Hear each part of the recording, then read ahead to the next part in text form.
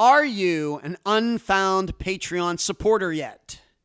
Patreon.com/Unfound Podcast. Melinda Marie Lopez was a 34-year-old from Newport, Washington. She was a bit of a wild child, in fact, being very different from her siblings. In December of 2020, after no one had seen Melinda for a while, Melinda's aunt got a call saying that someone had murdered Melinda. She was never seen again. I'm Ed Denzel, and this is Unfound.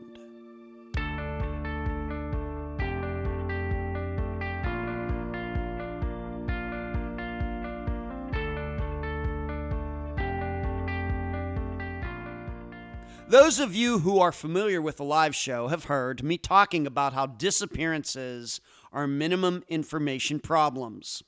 We are given the fewest of facts, then we have to figure out what happened. For example, poker is a version of this. Yes, you know what cards you hold, but you don't know what your opponent has.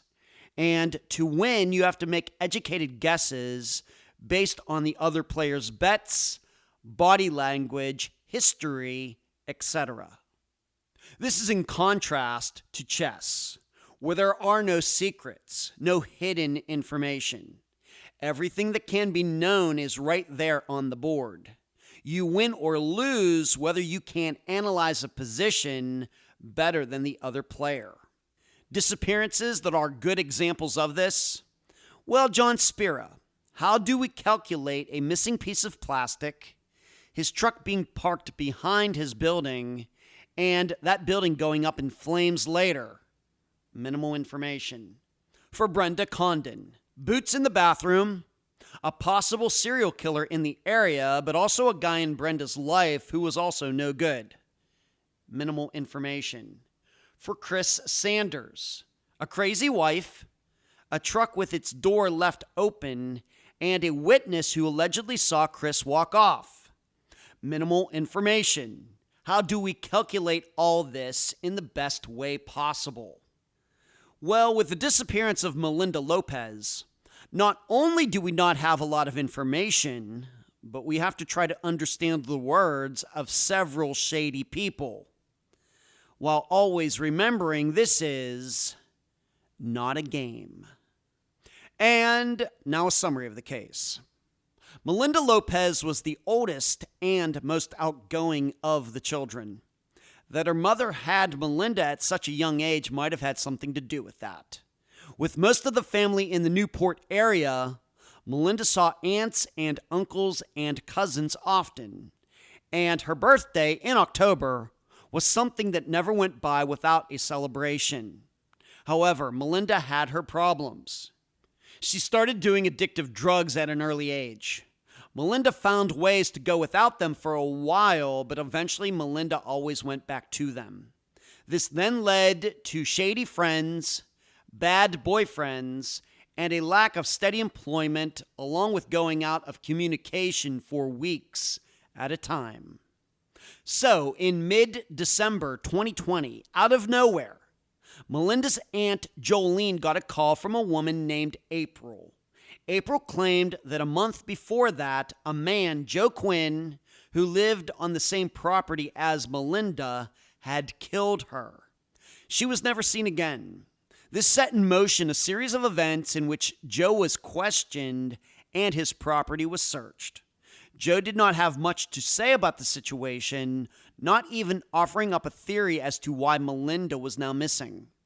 Strangely, April and Joe were seen hanging out many times after April had said he killed Melinda. I may be exaggerating, but this is like the 200th time on Unfound, where we have to decipher the words of people who have trouble with the truth, no matter what the topic is. Contemplate if there will ever be a way to automatically determine through the use of AI or whatever whether these people are telling the truth or not, while you also try to answer these three questions during the interview. Number 1, Why would Joe continue to hang out with a woman who he knew tried to pin a murder on him? Number 2, what are we to make of a text exchange between Melinda and one of her cousins in mid-November of 2020? And number 3, is the forgotten man in all of this a guy who was allegedly in Montana at the time? Melinda's family is convinced foul play occurred, but they are not sure April can be believed. The guests for this episode are Melinda's aunt Jolene and Jolene's daughter Brittany. Unfound News.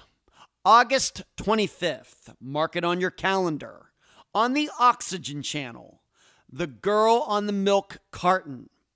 That is the series in which I will appear regarding the murder of Janelle Matthews. Next, we are coming up on update episode number 18, the last Friday of this month. At this point, I'm still thinking this could be one of the shortest I've ever done. But I have also learned how quickly new revelations can pop up. Finally, be looking for my appearance on the Consult podcast. Somebody asks me a bunch of questions for a change. I'm so happy to have on this episode of Unfound the aunt of Melinda, Jolene, and Melinda's cousin, Jolene's daughter, Brittany. Jolene and Brittany, welcome to Unfound. Hello. Hello there. Thank you for... You're very welcome. Just want to let the audience know that we were doing this interview on August 13th of 2024 with the plan for the episode to come out this coming Friday, August 16th. Let's just start here. We'll go with, of course, I'm going to try to, in this interview, give both of you have a chance to talk about all the topics that we need to cover. And so I'll kind of point out by name by each question so you don't talk over each other. But Jolene, I will start with you. Why don't you just, you're Melinda's aunt, why don't you just maybe explain your family?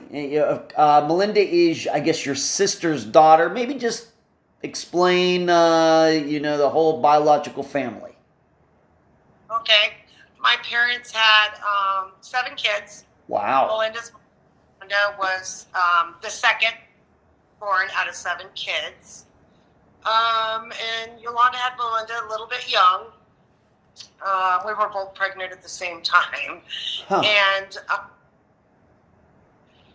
Melinda's mom had 5 kids. And she was the oldest of 5 kids. And she really enjoyed being around her family. Yeah.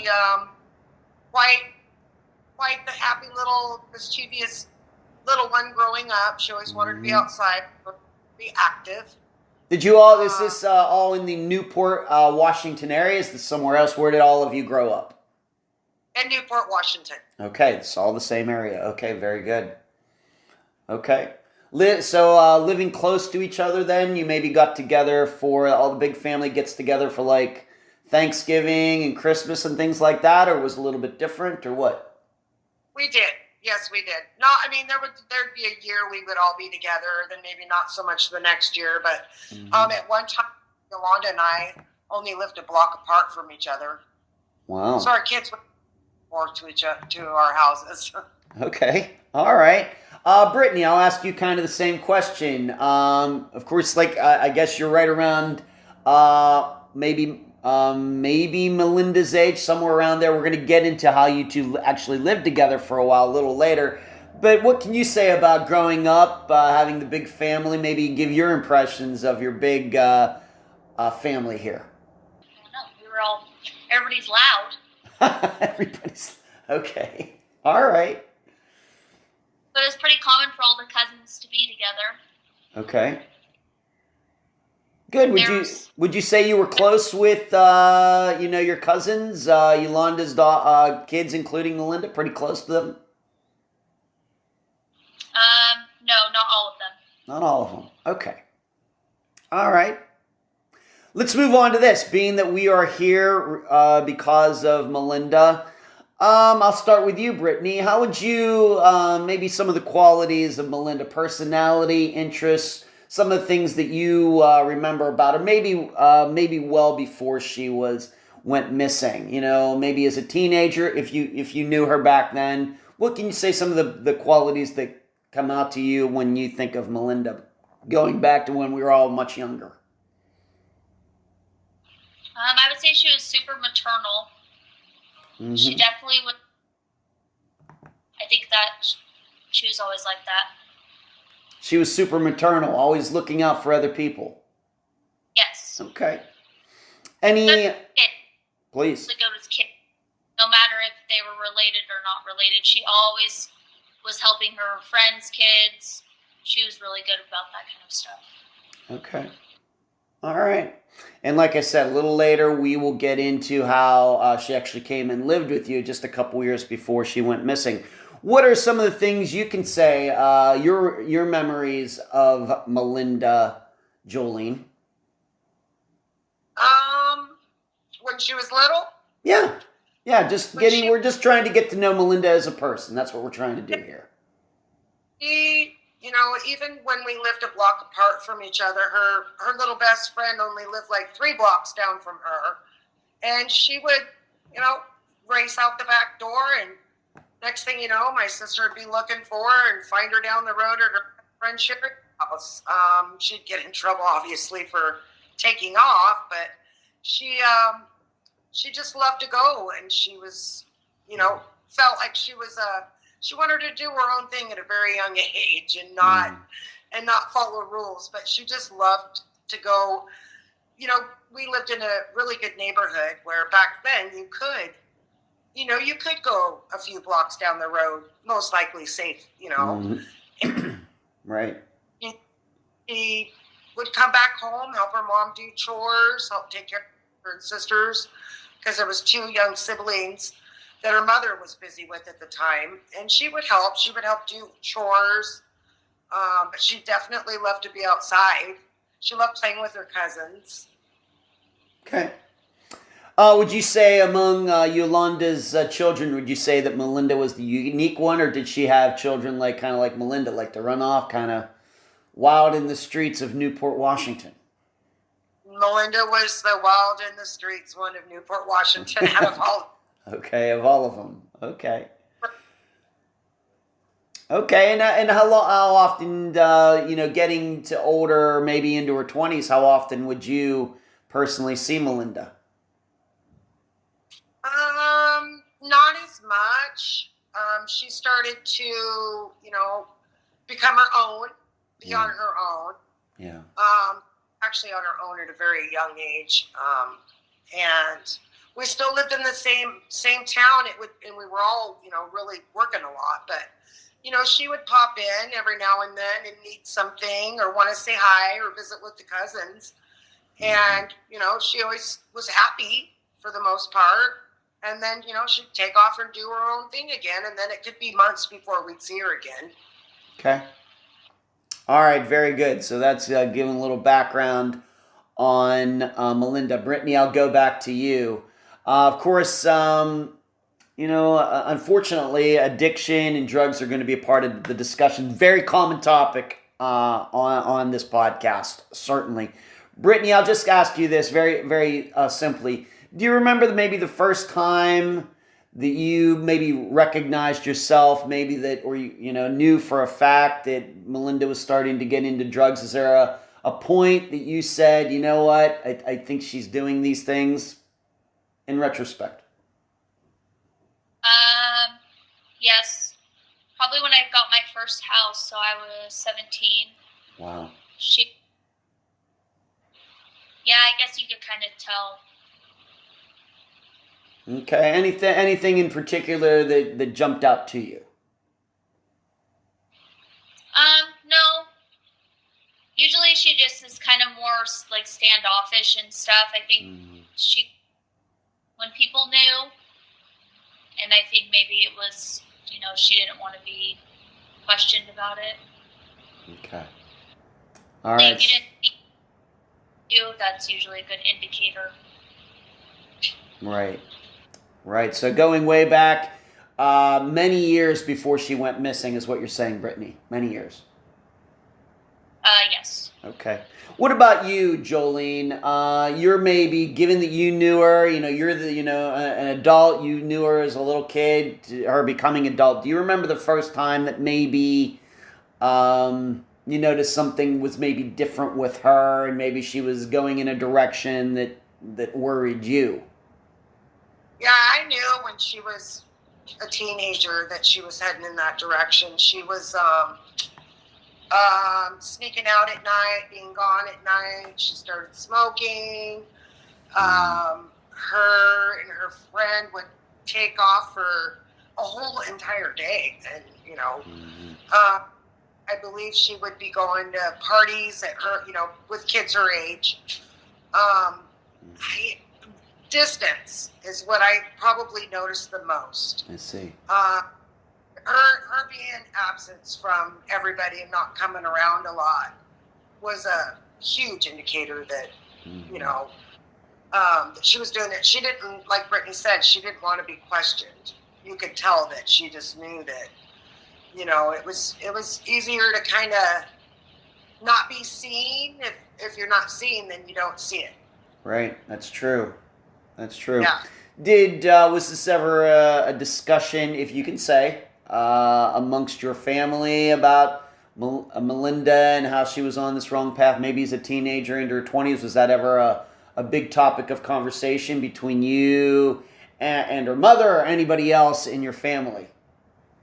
It wasn't at the time because, unfortunately, half of my siblings were on drugs. So it was something, it was a problem with all of them. So it was really hard to discuss it with them. Yeah.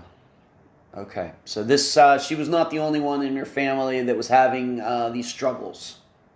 Correct. Okay. We'll just leave it at that. We're not going to get we're here to talk about Melinda. We're not going to get anybody else's issues with drugs or anything. We'll just leave names out of it. So this is something that was kind of already in your family, and unfortunately Melinda went that direction as well. Absolutely. Okay. Let's move back to you, Brittany. As I've already mentioned, she lived with you for a while. Maybe you can go through what years those were, or a year or months or whenever it was, and how did that all come about, and how did that all work out, Brittany? She lived with me for a little under a year, and it would have been, I want to say, the year before she met Joe and ended up moving in with him. I had a camper at my house, and she actually moved into there. Oh. We had to have a little bit of boundaries since she was still using at that time, but we were trying to help her. Mm-hmm. In what do you know what year that was? Do you think that was 2017, 2018, earlier than that, or right around that time? It would have been 2017 to 2018 because I was pregnant and then I had my daughter. Okay, very good. Thank you. Any concerns about that, given that we've already talked about Melinda's history? However, I think you told me that maybe at the time that she had moved in with you, she had gone to rehab or something and at least cleaned herself up for a little while. Maybe you could talk a little bit about that.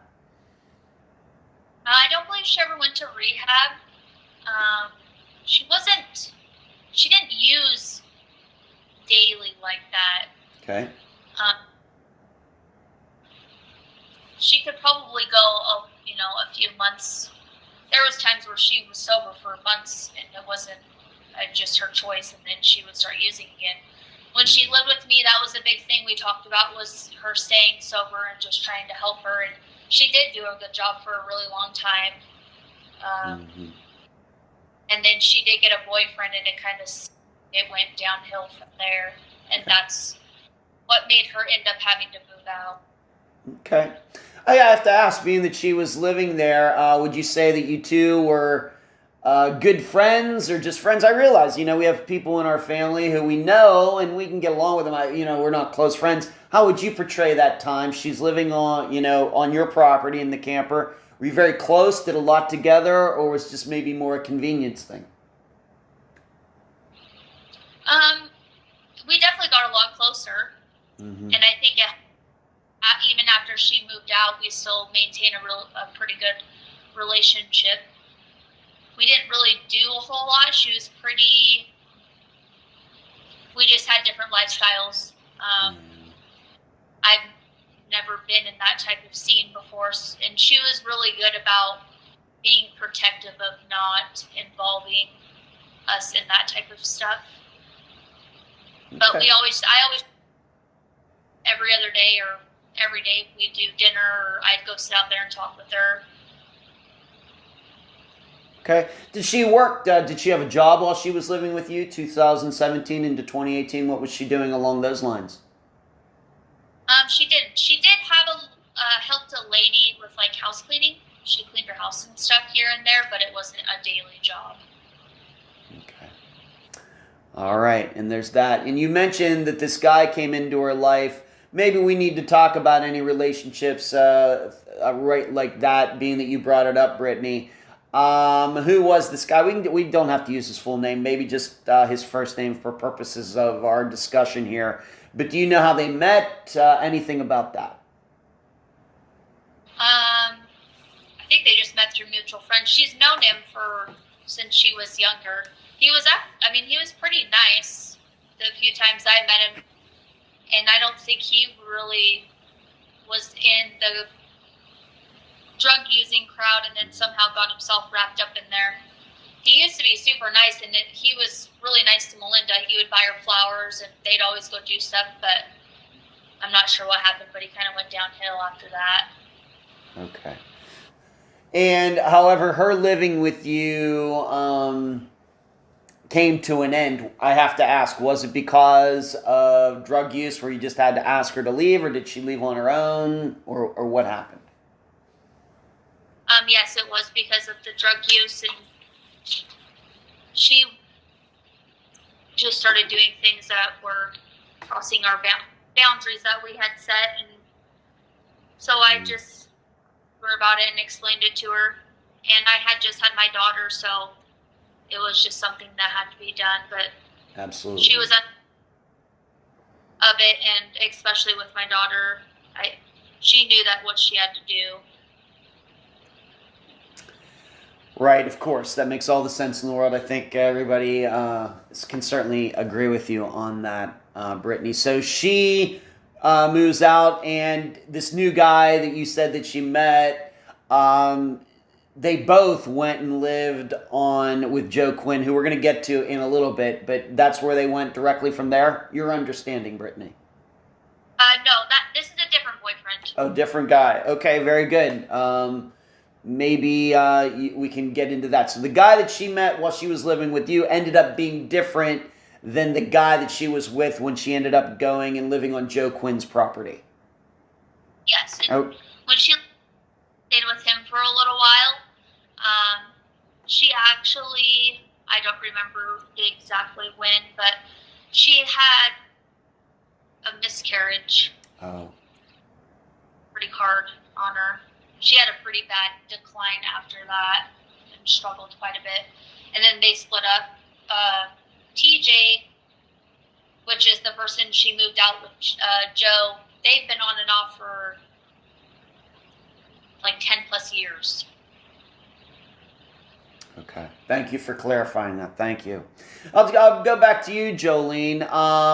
You kind of aware of all this? Of course, I'm sure you're aware that Melinda was living on, I guess not with technically Brittany, but on her property. And maybe you can talk about what you observed during that time. What your recollections of this time?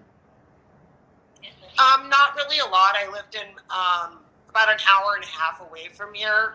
I remember having discussions off and on with Brittany, that Melinda was here, or Melinda's doing really good, or we haven't seen Melinda in, a week, and she's back, and I took Melinda and got her a few things that she needed, took her shopping. I didn't really see her a lot when she was here. I think a couple times I might have came by or through and seen the camper. So I don't really have a lot of memory with that. Okay, totally fine. That's fine. Just thought I should ask. And I should maybe ask you, Jolene, did Melinda have any, we already talked about this miscarriage that Brittany mentioned. Did Melinda have any kids? No, she didn't have any. No kids. Okay. All right, let's now move on to this. And now we'll talk about the guy that was with her when she actually was on Joe Quinn's property. We're going to talk about Joe Quinn here. He's a big part of this disappearance. But Jolene, the guy that she was with, that maybe, possibly, allegedly was out of town when this all happened. What can you say about him? Did you ever meet him, Jolene? What do you know about him? What can you say? I did not ever. I've never ever met him ever. I do know he was quite a bit older than she was. I knew that she had been seeing somebody off and on for years, and at first it seemed like, when I would hear about it, it was, nothing really bad. It was like you took really good care of her, and just like Brittany, towards the the last, I don't know, year or two, from what I'm getting from towards the end, it was a pretty rough relationship, very tumultuous relationship. But no, I never did meet him. Okay. And I should ask you, Jolene, so this was the guy, and once she moved out from Brittany's property to Joe Quinn's, were you seeing Melanie often at all? Even just herself, going up to 2020 when she went missing. Were you seeing her at all? You said you lived like an hour and a half away. Did you talk to her much or not? No, we would just follow her on Facebook. That's how, I'd see how she be on Facebook. Okay. And Brittany, I'll go back to you. Maybe same question, kind of. After she moved out from your property and eventually ended up at Joe's, did you keep in contact with her? Did she ever stop by after she moved out? Anything like that, Brittany? Yes, I always usually checked in with her. We would message back and forth, but she actually had a car for a little while, so she would stop in often just to check in. Okay. I her where she lived. She, like I said, she was pretty protective about that type of thing. She would let me know who she was with and stuff, but visiting those places was not something I did. Right, of course not. Like, for the reasons we've already stated, on top of the fact you were a new mother at this time. Yes. Yeah, that's very important. And as the listeners have heard me say many, many times, we have guests on that you all have your own lives to lead. You care about, you're here talking, you're concerned about the missing person, but we always have to remember, whether it's a disappearance from 2020 or 1980, everybody still has their own lives to lead. They want to be helpful, but we all have our own responsibilities, of course, as well. Let's move up to this. I'll start with you first, Jolene. Joe Quinn,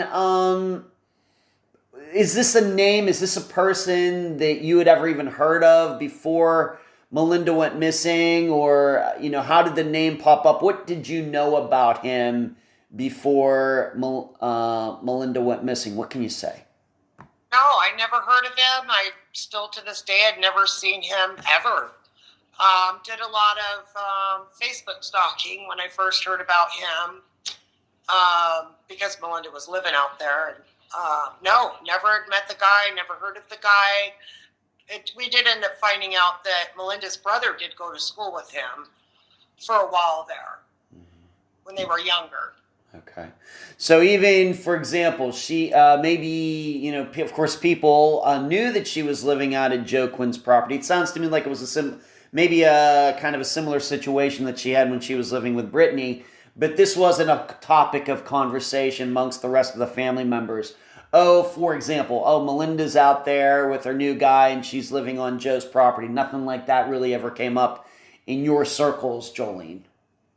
It did not. She was an adult, Yeah. So, no, it didn't. Okay. Brittany, I guess kind of the same question.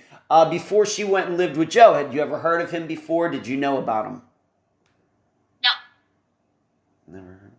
And as best as you can tell, Brittany, being that she lived on your property for a while, do you even know how she even ended up on Joe's property? Any idea at all? No, she did have a boyfriend. That was not TJ, it was somebody else, and she lived out there for a little while. Mm-hmm.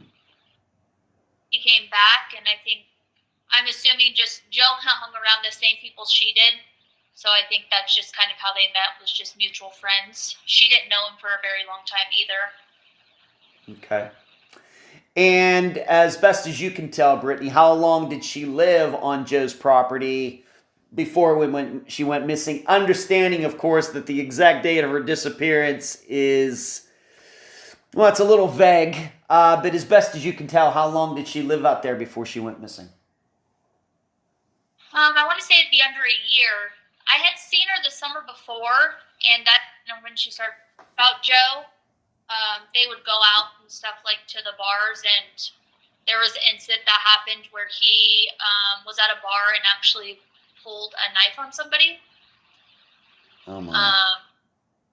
We kind of talked a little bit about that and stuff. I want to say she moved, it was before springtime that she moved in there, but she did mention she was moving in with him, and we talked a little bit about it, but she never, it seemed like he was nice. I think that was kind of before he went down the darker path. Okay. I think that it was the start of his decline. Okay. So it kind of sounds to me like this is maybe the second guy that Melinda was around who kind of went the wrong direction. You already talked about the one guy that she was with when she was living on your property. Seemed like a good guy, and then something went on with him, and then maybe the same kind of thing with Joe? Yeah, I think Joe just got caught up in the wrong crowd. It doesn't sound like before all this he even hung around the people that he did. Mm-hmm.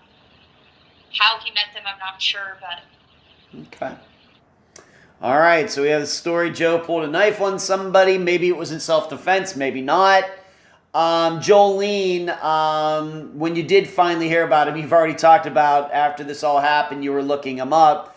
I guess we got to a point with Joe where his reputation is not that great, right, Jolene? Yes. Okay. It was not. Okay. And we're going to, of course, talk about him a lot later. Now, we have to talk about a couple other people, just once again, in general, and I'll start with you, Jolene. Who is April? This will play a big factor because she's the one that ended up calling you, and you spoke to her after Melinda went missing. But just in general, had you ever heard of April before this all happened? How did she and Melinda even know each other? What do you know about that? I'm assuming they just knew each other living in a small town. And I don't think they were that far apart in age.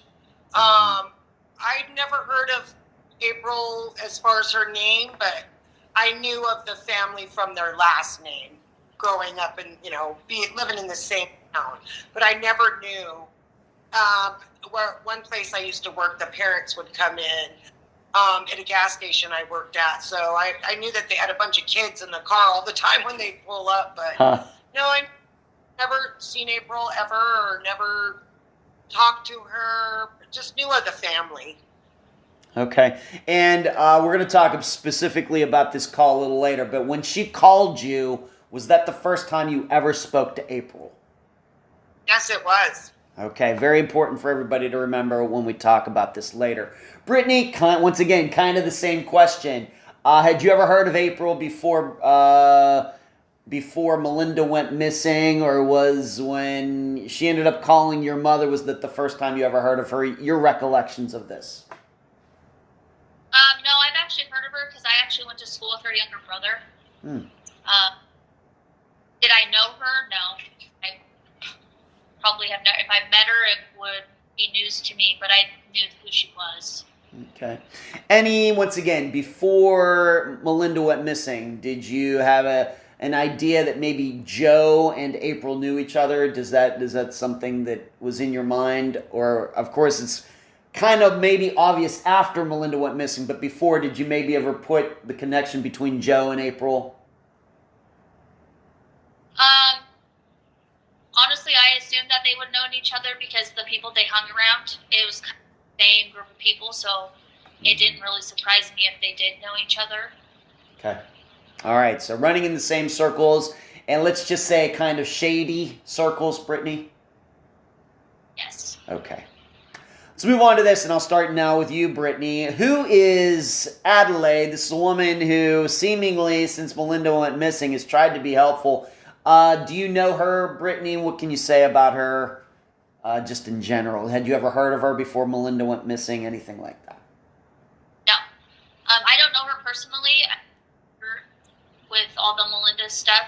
Mm-hmm. And her and Melinda had a pretty close relationship. Melinda's mentioned her before when I've talked to her that she was a good friend of hers. And I kind of got the same vibe when I met with her personally. But she also did hang around the same crowd. And I don't know now, but using on again and off again, but was trying to work on getting sober. It sounded like that's something her and Melinda were really good with, keeping contact, making sure each other were safe and that they were doing good. They always checked in with each other every once in a while. Okay, very good. Jolene, same way with you. Adelaide, had you ever heard of her before Melinda went missing? I did not. No, I never heard of her then. In fact, when I first met her, I was like, kind of skeptical, not knowing how close they really were until we visited with her a few more times, because we stayed in contact with her for a couple of years during her disappearance. Okay. Maybe I should ask you this. When did Adelaide let's just put it this way. For you, Jolene, when did Adelaide kind of come on your radar after Melinda went missing? How soon was that? Oh, within a week of us getting our phone call that Melinda was missing. All right, so very quickly. Yeah. Pretty quickly. Yes. And so should we just, for the rest of us, should we just take for granted that April and Adelaide also knew each other? Yes. They did. Okay, very good. Let's move just into some general questions, and I'll start with Jolene. We're kind of going back and forth here, giving people, each of you, the first shot at certain questions, and then following up with the other. For you, Jolene, in your opinion, if you did see or talk to Melinda during the year of 2020, how would you say she was doing? Not so well. She seemed sad, depressed, lonely, lost. We did a little bit of visiting. I gave her a little bit of money in case she needed, shampoo or conditioner or food or something. It was really sad. When I was driving home, I thought about, that I was just so sorry that she was, feeling the way she was feeling. Okay. All right. And just estimation for you, Jolene, how many times did you see her in person that year? Well, once a month, every other week, maybe just a couple times. What would you say? I didn't even see her once that year. Wow. It was through Facebook. And like I said, I was an hour and a half away. I didn't come very much. We were always working. Right. All right. So you didn't see her at all, but you would communicate with her over Facebook, over Messenger. Not even very much at that, but it would be more I'd watch her post, see how by her post. Brittany would, keep us informed. My older brother would keep us informed. Her mother would keep us informed. Okay. I'll now go to you, Brittany. You, in fact, even though your mother, Jolene, did not see her at all, you actually did see Melinda really not that long, I guess, relatively to when she went missing. How did that all happen? I guess that happened in September of 2020. Of course, now we're into COVID time. How did that happen, Brittany? It was actually like, I want to say at the end of August, Labor Day weekend. I went to the grocery store. It was just by chance. I was walking down the aisle and I had seen her. Mm-hmm. Gave her a hug. She had, something was going on, and she said no. She was just kind of having a hard time, and I asked her why, and she had mentioned that she was just dealing with some people. Her stuff got stolen, so she was upset about that. She, I guess, just kind of felt like she didn't know what she was doing. Mm-hmm. She was upset with the people that stole her things. Did she give you an impression of who might have done that? If you can say, did she give you an impression of who she thought might have done that? If you want to use any names, that's totally fine. I'm just asking, did she give you an impression of who? Do you think she knew who did it? Yeah, I want to say it was April, and I don't remember the other person's name. Okay. It was another same property. Her and April have never had a friendship, from my understanding. Okay. So just to be clear, when you spoke to her, she talked about, and this her stuff is going to come up also later in our discussion. So this is interesting. So when you spoke to Melinda in the grocery store that day, she thought her opinion was that April took her stuff along with somebody else. Yes. Okay. And the reason is because she's seen. She had came home. She was living in a camper at the time. Came home and the lock was off, and she had actually seen April wearing some of her clothes. Oh my goodness. Oh my. Okay. And probably given what everybody was doing, Melinda not be inclined to go to the police for such a thing, right? Correct. Yeah. Right. The place she. Compound type situation. Multiple people in and out. It's a very common place in our town. Most people know about it and know it's not a place you ever want to go to, unless you're looking for that type of thing. Okay. And when you saw her, when was maybe the last time you saw her before that time? So how long it had been since the last time you saw Melinda? Trying to think. Definitely during my daughter's birthday, which was May. She had came herself and actually made her little presents. She was pretty good about doing that every year. And then I seen her again in July. Groceries. And she had a car, so she had stopped in and said hi. She was a peanut fanatic, so I usually bought her peanut butter from Costco, so she always knew to come over and I would have it for her. Neat. Okay. And so I guess what we're also saying here is even though Jolene has stated that she lived an hour and a half away, you were living much closer to Melinda. Yes. I live in the town that's right next over. It's walking distance. Yeah, I was probably one of the closest people besides our uncle that seen her probably the most often. Okay, very good. So that's how you're happening to run into her, even happening to run into her at a grocery store in maybe, like you said, late August, maybe Labor Day weekend. That's the reason that happened. Correct. Okay. Let's move up to this. I think we need to explain something. I've said that the disappearance date for Melinda is what a word I would use is vague. Of course, if people go, for example, to the Charley Project, they go to NamUs, they're going to see this date of September 25th, 2020. And Jolene, both of you, in fact, have told me, but I'm going to bring in Jolene back into the conversation. This date is not correct. And in fact, you've led me to believe this is more of a misprint. Can you expound on that, Jolene? Yes, it is a misprint. We had told them when they first put it out that they did have their date wrong on it, and they never did fix it. Melinda was last seen, I believe, November, was it the 17th? 15th. Okay. Okay, the 15th. The 15th. November 15th, is where the date should have been on her police report. Okay.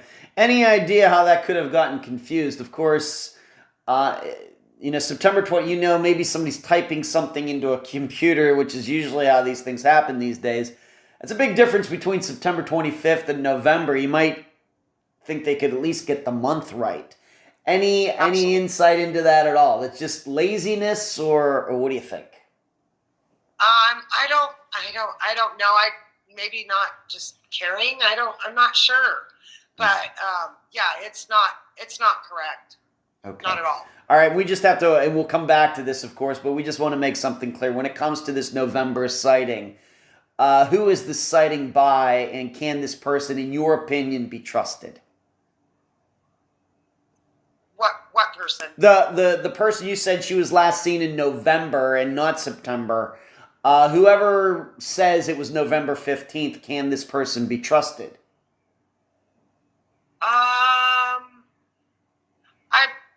I'm not sure because I didn't know of any of these people until this happened. Okay. So that's a hard one because it's like when you're looking for someone and you don't know these people and they're in the same doing the same thing, you don't know who to trust. That's true. That's a good point. All right, so I guess what I'm saying here is that the person who is coming up with this November date is not somebody who you knew for a long time who you would inherently trust. For example, like Brittany. It wasn't Brittany who saw Melinda in November. It was somebody with maybe less credibility than that. Maybe. Yes. Okay, we'll come back to this and this will all get explained later. Most important thing to remember is, at least for purposes of a date, the September 25th, 2020 date that's out there, the way that Melinda's family thinks about this is that they have no idea where the police got that date, so it has to be some sort of misprint. Let's move up to this, and I'm going to go to Jolene again because she's the one that got this call. But just the precursor to that, going into November of 2020, Jolene, any inkling at all for you personally that there was something going on with Melinda that wasn't usual? Anything at all? I realize you have your own life to live. You're an hour and a half away. Anything that caught your attention before you got this call? Just a little bit. Her mom lives in Boise, which is 7 hours apart from where Melinda was. Okay. And it was common for her mom to post on Facebook, "Hey, everybody in Newport, I haven't heard from Melinda in a couple weeks. Please have her call her mom. I'm starting to worry. A week later, a couple days later, she's asking. No one's responding. So if there was anything that it was just so uncommon for her to do that. And most of the time, someone would say, "Oh yeah, I went and checked on her and she's fine." Or Melinda would call her mom or text her mom and say, "Sorry you didn't hear from me. I was out of minutes." Her mom would get her minutes for her phone, or a friend would get her minutes for her phone.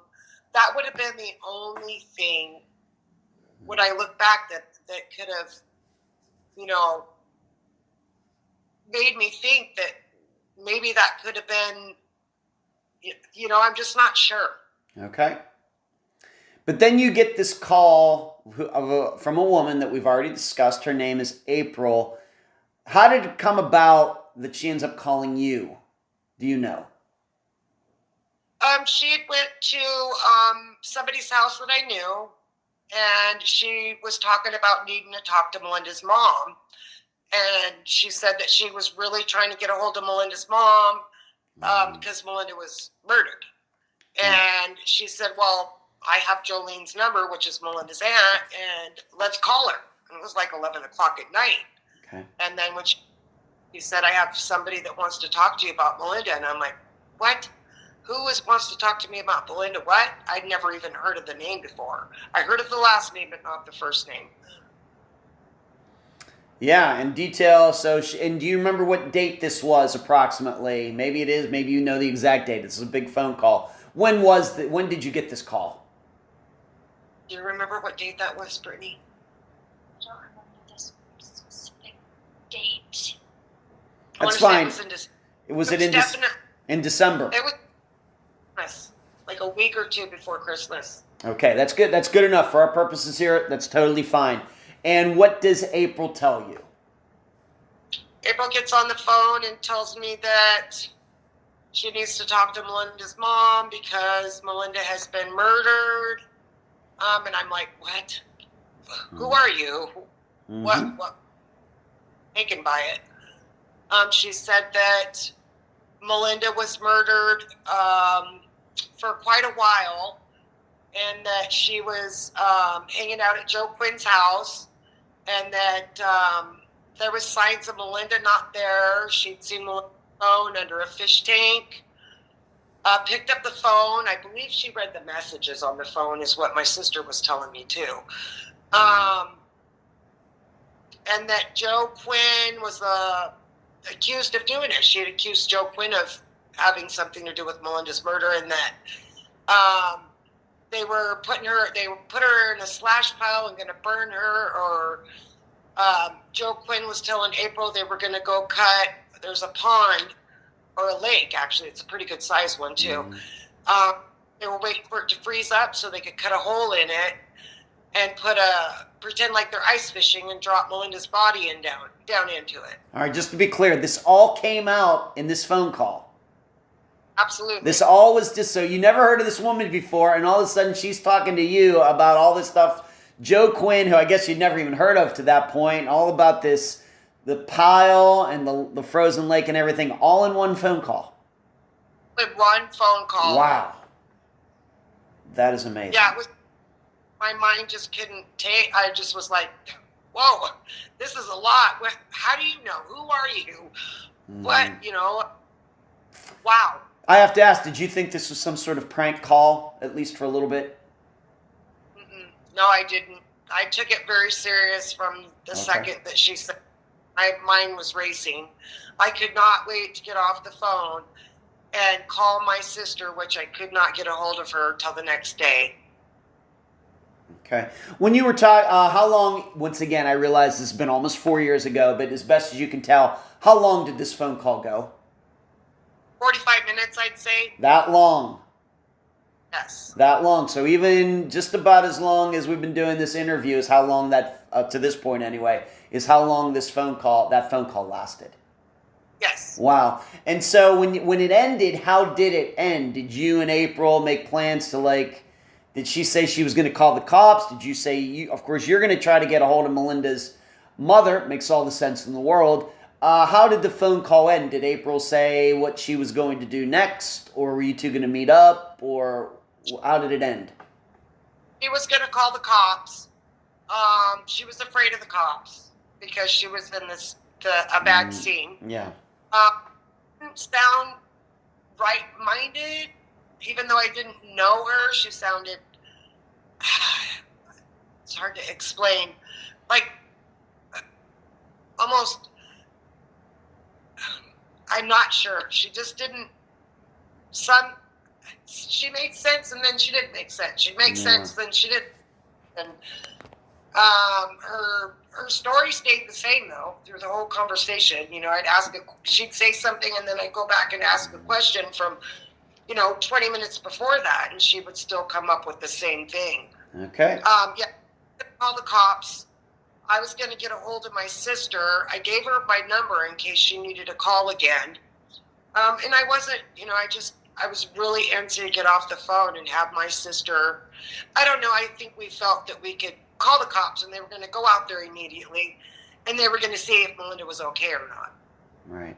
Now we have to establish something here also. Even though this call lasted 45 minutes and she's telling you all this information, it sounds like she's doing the right thing. But when did she claim that Melinda was murdered? How long before she made this call?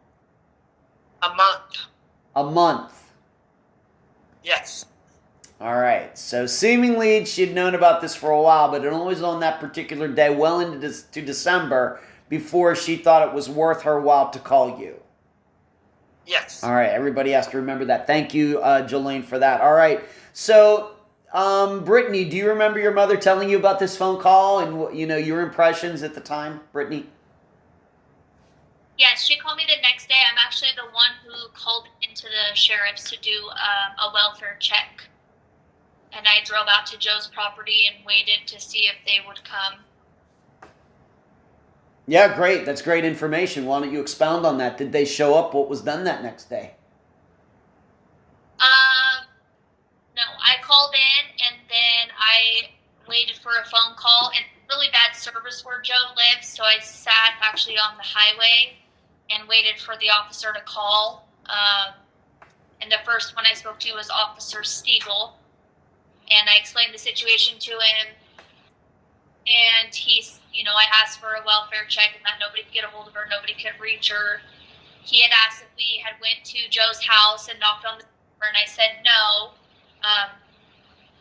I don't know this person.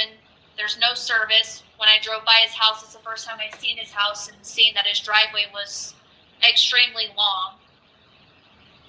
So I think I waited, I want to say it was like 4.5 hours. Oh, my. To see if anybody would come out, because he said that they would and that he would contact me. And I waited that long and there was no police officers that ever came. And then he called, I want to say 2 days after that, and he said that they had went out there, and Joe had said that he hadn't seen her in a couple days.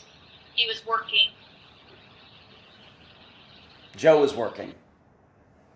Yeah, if I remember correctly, he said he was working and he's not her keeper, so he doesn't keep track of her. They don't have that type of relationship. Okay. And did the police ever give you an explanation why they didn't follow through with going out the next day while you waited there for 4.5 hours? Did you ever get any explanation for that? Because she's an adult. Okay. All right. All right. So they just said, well, we're going to give it a couple days, even though they just didn't think of enough of it. You sat out there thinking they were going to show up and they didn't. Right. All right. Well, you sat out there for 4.5 hours. Did you see anything that caught your eye, Brittany? No. Nobody ever went in and out of his house that I could see.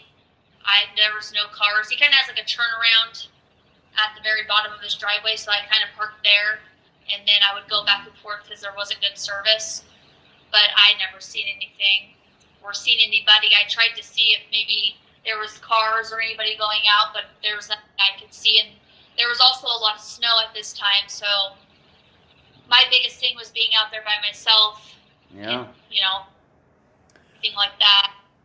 Right, because you're thinking, well, this woman just called my mother the night before and said Melinda was murdered. Here I am sitting out in this car by myself out in the middle of nowhere. Yes. Right, dangerous. Right, I agree with you, and I'm glad that you were well aware that you were in a dicey situation there. So that's good self-awareness. Now we should state something else. Not only is Melinda missing, but her dog is missing too. Correct, Brittany? Correct. Okay. What kind of dog is this? Do you know? It was just like a pit bull lab mix, kind of just a 957 bunch of things all in one. Okay.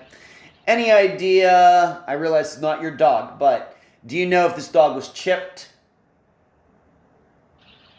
No, he wasn't. No, he wasn't. Okay. All right, and going back to you, Jolene, I'm guessing you were aware that Brittany went out there and sat out there for 4.5 hours. Of course, the police didn't show up. Why don't you talk a little bit, Jolene, about your interactions with the police, if you had any, over those next few days after you got this phone call? What do you remember? I remember that day. I talked to Brittany that morning. She drove out there. We were messaging back and forth when she was in service. I'm here, I'm waiting for the cops to show up.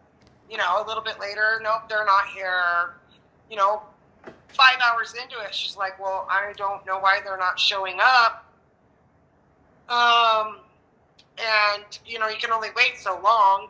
So she came back, and then she ended up, I think that afternoon or the next morning, filed the missing police report. She went up and actually filed it. And when you finally did talk to Melinda's mother, what did she have to say about all this? Panic. Instant panic mode. She was working, trying to come up with money, so it took her a few days to get up here. And in the meantime, we were contacting the police, talking to the police. It was a kind of a slow start when it started because they weren't believing April's story. They didn't believe, they just said that she's not right-minded, and they did not believe her story. While we're panicking, we're going, okay, well, she hasn't been on Facebook. She hasn't messaged her mom. So it was a really slow start for a while there. I felt like we just wanted to go out there and wanted them to go out there and see if what Joe had to say about where Melinda was, or where's Melinda's dog, where's Melinda's, we didn't even dare go up and see this person. Right. Dare driveway. Right, of course. Okay. And I'm not, but we didn't, when I filed the police report and called, I actually went to the sheriff's. So it wasn't just the local police. I went to the sheriff's and asked them for help. Okay. Hoping he's more proactive. All right. And we want to say, what county is this? Which sheriff of what county in Washington? Oreille. All right. Thank you. All right. So it sounds to me like police were not very engaged in all of this. That would be your opinion, Jolene? Absolutely. Yes, they were not. Okay. All right. And Joe just had his story, and he's sticking to it. He didn't know what happened. No idea. Yeah. Okay.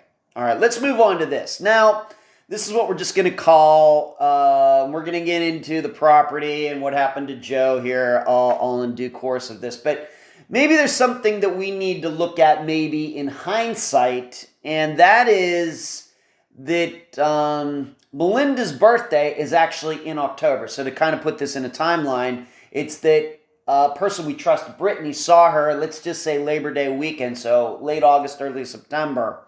And then Melinda has this birthday in October, but nobody in your family heard from her, maybe wished her a happy birthday as everybody does on Facebook, everywhere else. She never responded to any of it, correct, Jolene? I believe so. Okay, so everybody's wishing her a happy birthday, and she never gets back to anybody. Brittany, I'll ask you the same question. Is that the way you remember it? That her birthday came and went and nobody heard from Melinda? Yes, and actually one thing we always did is she would come over for her birthday, and I would make her dinner, and she'd open up her presents, and so she was always pretty good about reaching out to me, and I never heard from her. Okay. So the what I'm trying to show here is that, of course, we know this call that April made in December, and then we have a witness who allegedly saw Melinda in November. However, even in October, it seems there are signs that Melinda was maybe not around. Maybe, I guess what we're saying is maybe the disappearance date for her maybe does need to be moved back to October. And maybe this person who has this story about seeing her in November could be lying, could be just getting the dates wrong or something. It's just something for everybody to think about, that Melinda's birthday in October came and went. Nobody heard from her. She never thanked anybody for wishing her a happy birthday, didn't call anybody, didn't text anybody, nothing. And so I have to ask this question, and I'll go to you, Brittany, because as best as I can tell in talking to both of you before we did this official interview, is that you're the last person who, at least I trust, who saw Melinda. I'll ask both of you regarding that time between Labor Day of 2020 until April's call in December. Has anybody you really, really trust come forward and say, yeah, I spoke to Melinda, meaning hearing her voice or actually saw her? I'll start with you, Brittany. What do you know about that topic? No. Not anybody I could say with 100%. There was the one video of the Jason Fox vigil where it's supposed to be her talking and it does sound like her, but you can't see her. Don't want to confirm that that's accurate, because there's just no way you'd be able to tell. Okay, we're going to have to maybe go into a little bit of an explanation of that. Who is Jason Fox? So Jason Fox was a local young man that was murdered. Wow. Melinda's disappearance. He was murdered by a group of people, and then they buried his body. He wasn't found for a while. And he was someone that knew some of the same people Melinda did. So Melinda actually had met him a few times and knew of him. And they had a vigil, and you're going to have to explain how would her voice have been recorded at this vigil? You'll have to explain that, Brittany, if you can. Okay. His mom actually, I believe, lived in the Seattle area, and she got really involved with his case and got pretty big on social media with advocating for him because he, from the story and understanding it, they thought it could have been a hate crime, so she was trying to get a lot of eyes and ears to our area because she didn't feel the case was being handled correctly. So she had quite a few vigils at the local park to raise awareness, and that is what the recording is. She recorded all of those, and at the very end of it is when she said Melinda and a couple other people came up to her, and she had just mentioned that, Jason was really nice and he didn't deserve what happened to him, and she was sad to keep seeing such young people dying, and something had to be done. And his mom, Pepper, actually got a hold of us regarding it because she was under the impression that maybe Melinda was buried the same place he was, and then she thought maybe Melinda knew more and that's what happened to her, if it was something where they were related somehow. So it was just a short clip where she was just giving her condolences. It wasn't really anything bad. So what you're saying is on this, and you sent it to me, I just want to make sure you describe it the right way. So the cameras, this is like a live feed, and then Melinda's voice or a woman's voice that sounds like Melinda is heard on it. Yes. It looks like Pepper has her phone and she's pointing it to the ground so you can kind of only see people's feet. Mm-hmm. And it's really, what she would do is live stream it. And she was supposed to see if she had any others because she thought she did, with ones actually showing Melinda's face, but none of us received any of that, so I'm not really sure if the accuracy of that, if she actually has it or not. Did Jason's mother, in recording that, I mean, obviously this woman who with this voice was standing right there in front of her. She couldn't definitely say, oh yeah, Melinda was there. I remember seeing her. Yeah. And she did, but there again, I can't say it's 100% reliable source. Okay, gotcha. Thank you for being absolutely sure. Cannot be 100% sure. And just remind everybody again what date this would have been that this vigil happened. If you know, not maybe, was it mid-September, late September? When was it? I want to say it was late September. Okay. He was found early September, right? Yeah. September 12th? Yeah, they weren't very far apart in all this happening. Mm-hmm. All right, so what we're also saying, I guess, is Jason Fox gets murdered. Those guys were caught. These people who did that were caught. Yes. Okay. And it was, as far as we know, disappearance, because they would have been arrested in September. Okay, very good. But so we have this young man, Jason Fox, who's murdered. Those people are caught, but then, just a little bit. Let's just say a little bit later, then Melinda goes missing in the same area. Yes. Okay, and that there is proof that Melinda and Jason Fox knew each other. Yes. Wow. Okay. And at the same time, Edward, yep, we were hanging flyers for Melinda next to Jason Fox's flyers. Okay. All right. And so these guys were caught. How long was this an unsolved murder? I realize this is not your expertise, but I'll just ask you, Jolene, your impression, the way you remember it, from the point that Jason was murdered until his body or they were caught, how long was that? Oh, I believe they found him within a couple weeks, Brittany would say. And then it was a few months later that they were caught. Okay. Yeah. So what month of 2020 do you think he was murdered? During the summer then? Like June, July? Or? Oh, it was like September. Oh, it was. Okay. I can't remember. They weren't that far apart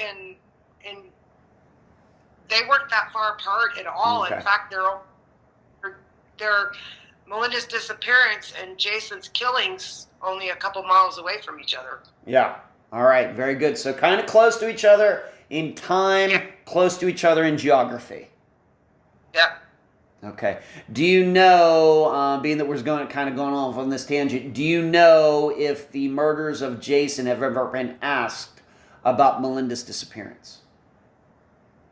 By law enforcement, Any ideas? I don't know. Okay. I'll ask you, Brittany, do you know if you've ever spoken, either of you have ever spoken to Jason Fox's mother? Did she ever think there could be a connection between Jason's murder and Melinda's disappearance? Yes, and I actually was able to pull it up. He went missing September 16th, and his remains were found October 4th. All right, thank you for looking that up during this. Thank you so much for looking that up while we're doing the interview. So we now have those dates. And his mother did express the idea that the two could be connected somehow. Yes. Yes. She still believes it to this day. All right. Yes. Okay. Do we know, once again, going off on this tangent, and everybody can look more, and before this episode comes out on Friday, I'll certainly look up some news stories that will be posted on Facebook or on Unfound's website, theunfoundpodcast.com, if you want to check out any articles, if I can find. Is probably quite a few out there regarding Jason's murder. Do either of you know the circumstances of Jason's murder? Was it money motivated, drug motivated? Was he lured somewhere? What do you know about his murder? So per the police, it would be kind of a drug related type situation, and he actually was lured out to where he was murdered.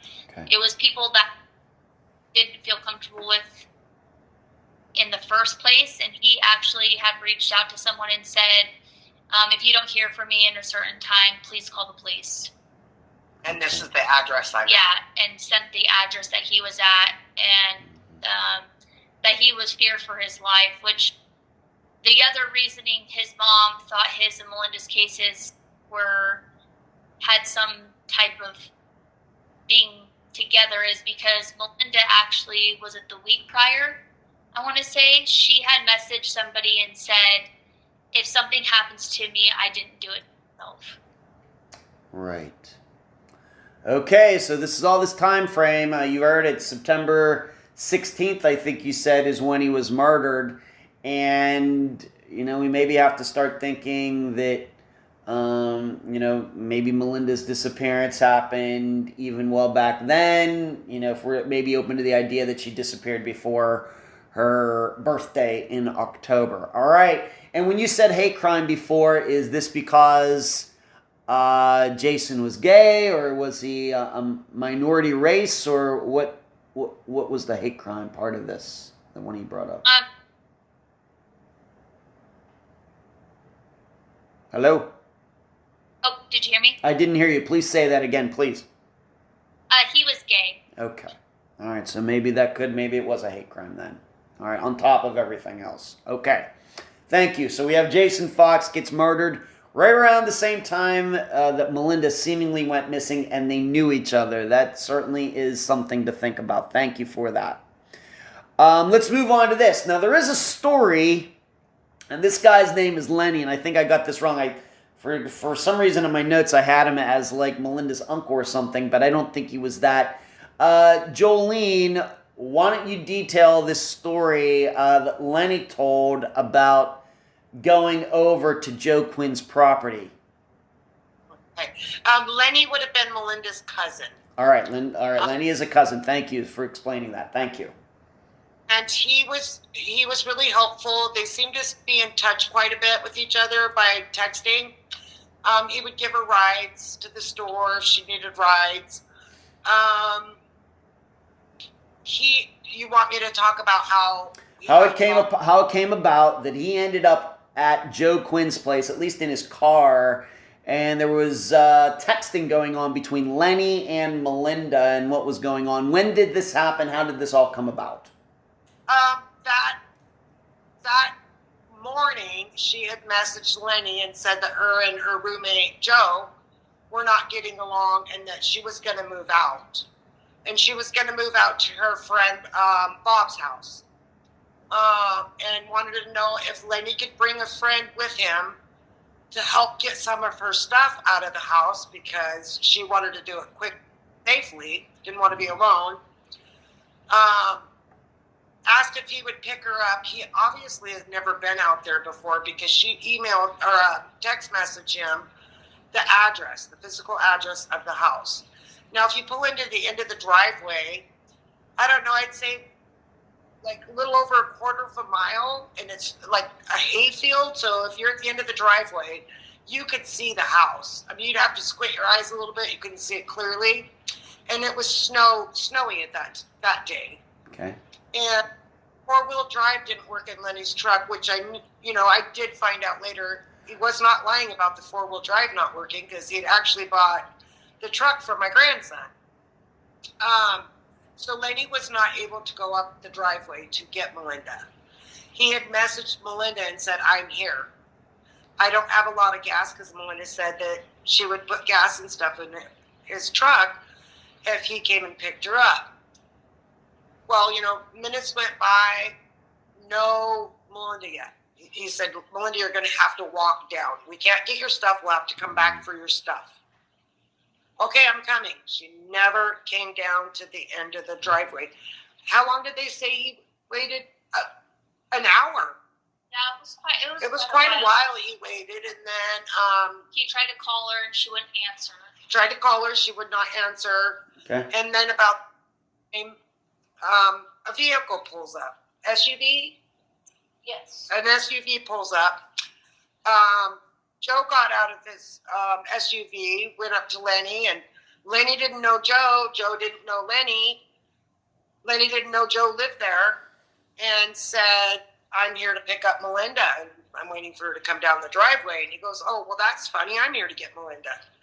And he goes, "Oh, well, I've been waiting for her for an hour. I'm about to run out of gas." And he goes, "Oh, don't worry about it. I got it. I'll give her a ride."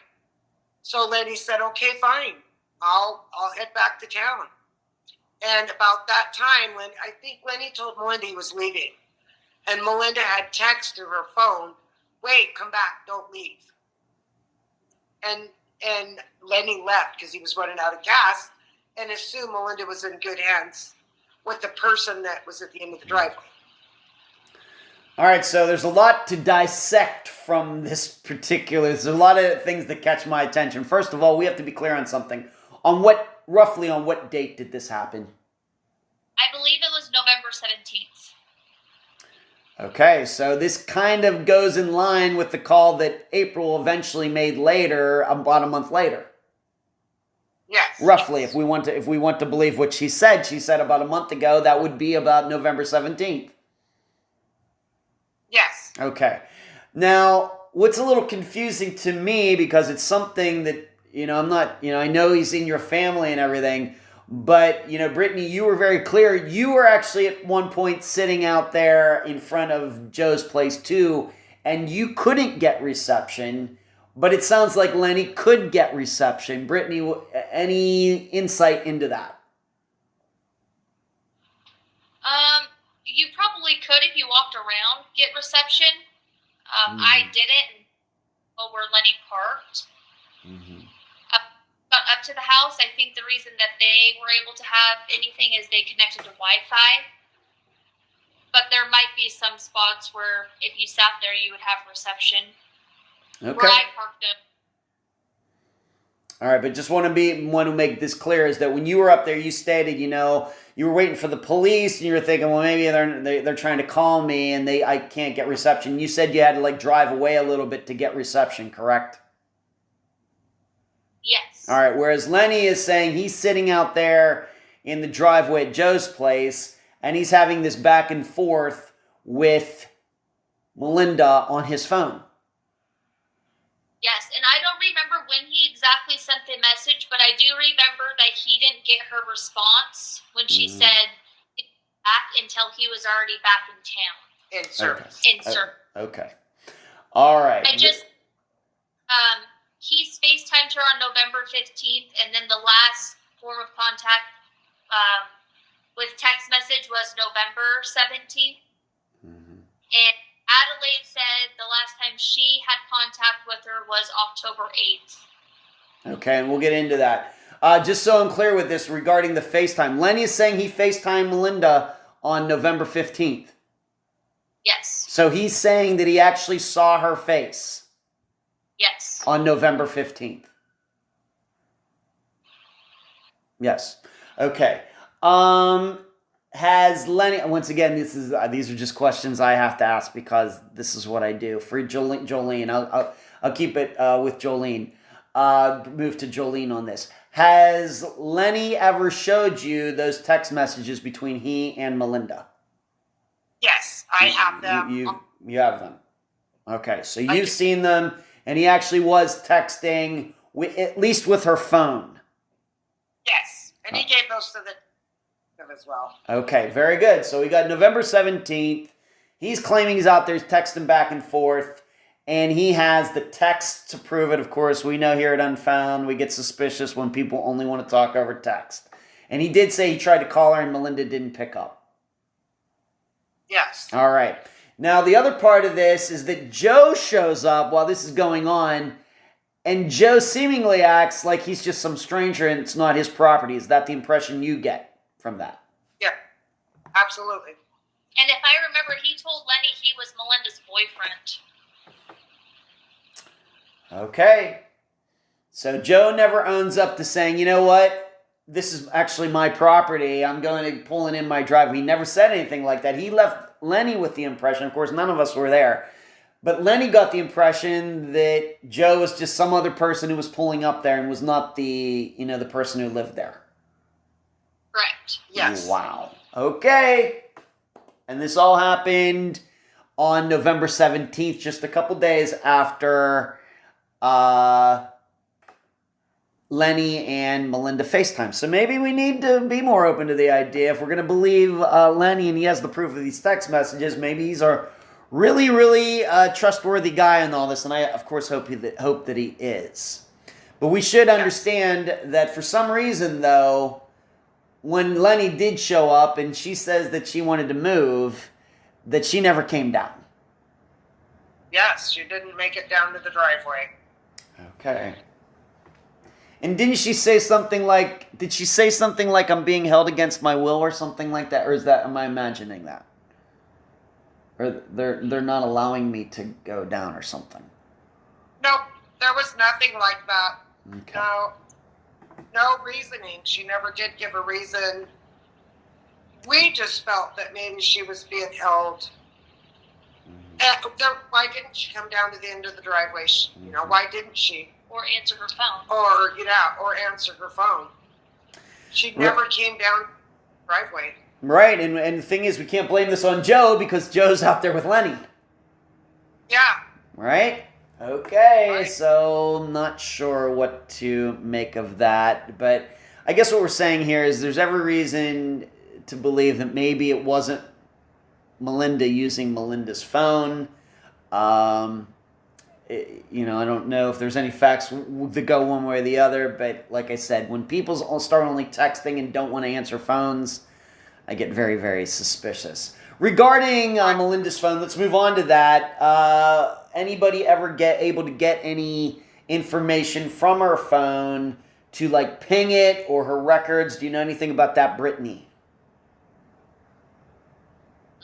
Yes, the police,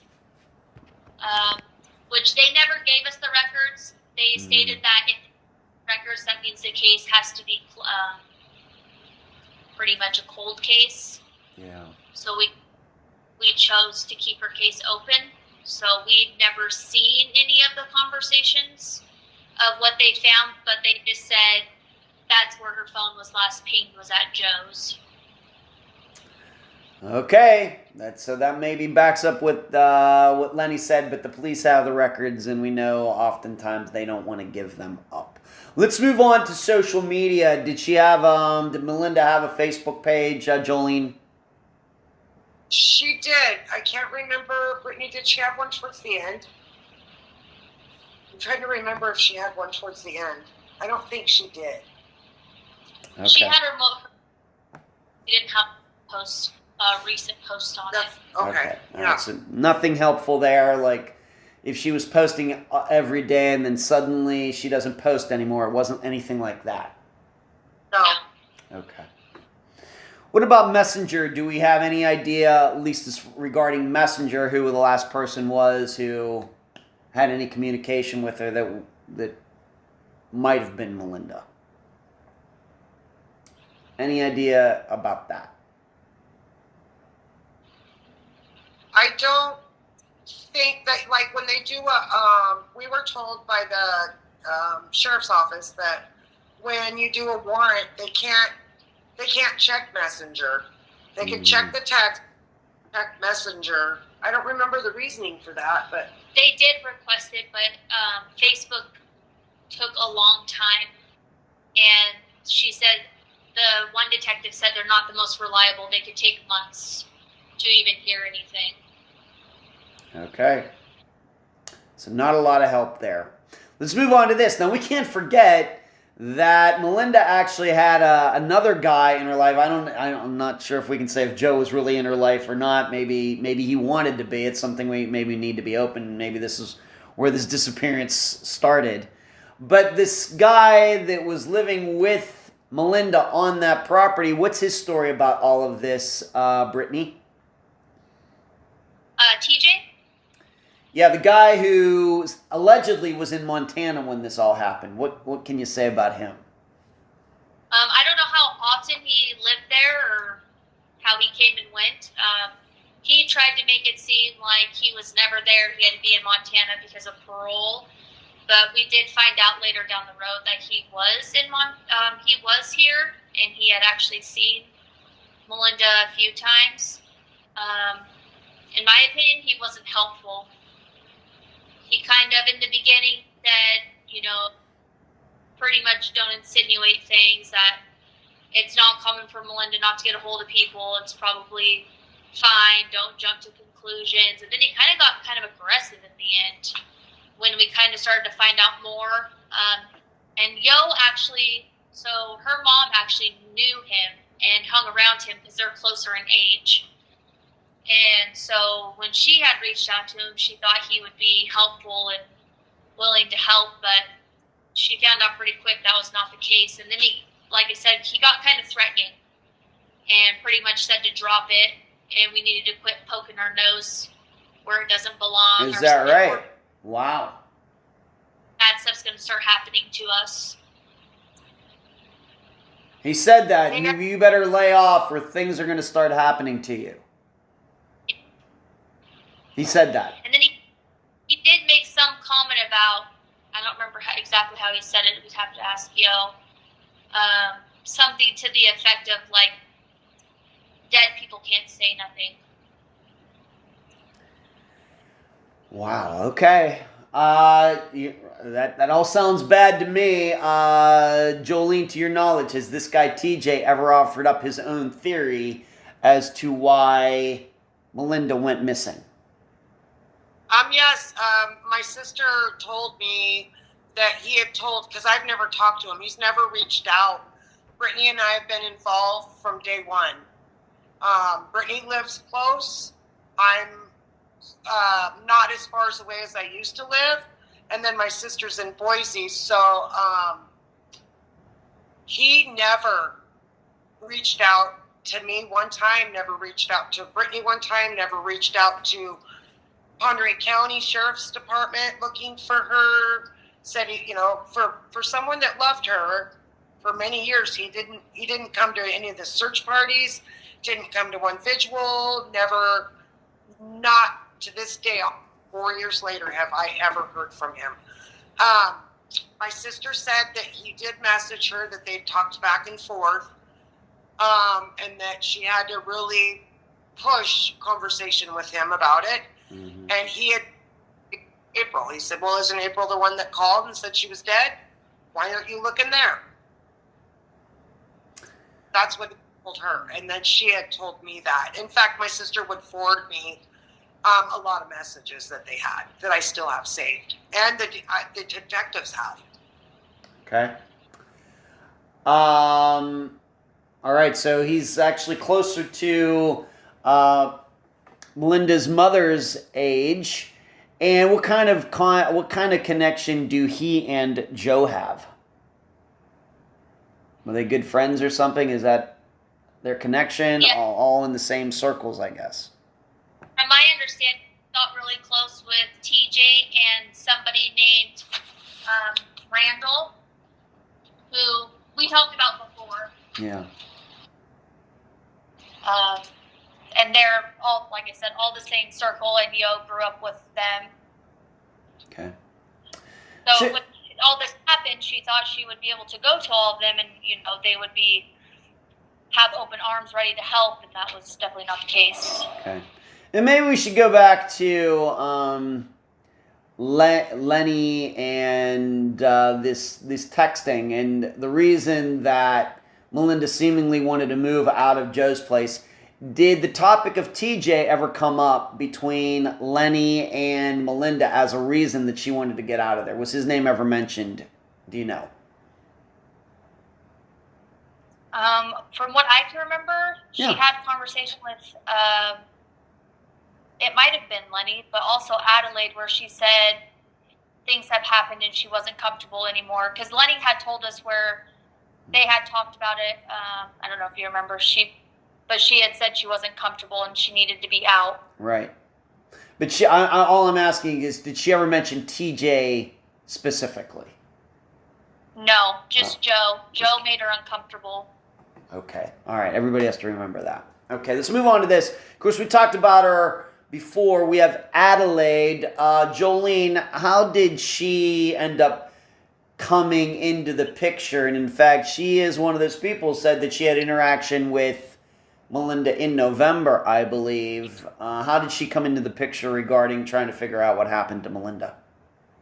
The first time I met Adelaide was we were at one of Melinda's, it was her first visual, and she had walked up to Brittany and I and said, I'm Adelaide, Melinda's friend. We never heard of her or anything, and then she was telling us about the last time that she had seen Melinda. And how they would look out for each other, because at first we're kind of like, who are you? Right. We were really careful about what we would say or who we would trust, because we didn't know any of these people. Right. From the beginning, we're just trying to learn about these people as we're going, researching and stuff like that. But that was the first time I'd met her, and we'd met with her several times after that. And what were your impressions of her? Did she ever offer up an opinion on what went on? How could she help? Exactly. She did. She pointed fingers towards Joe and April.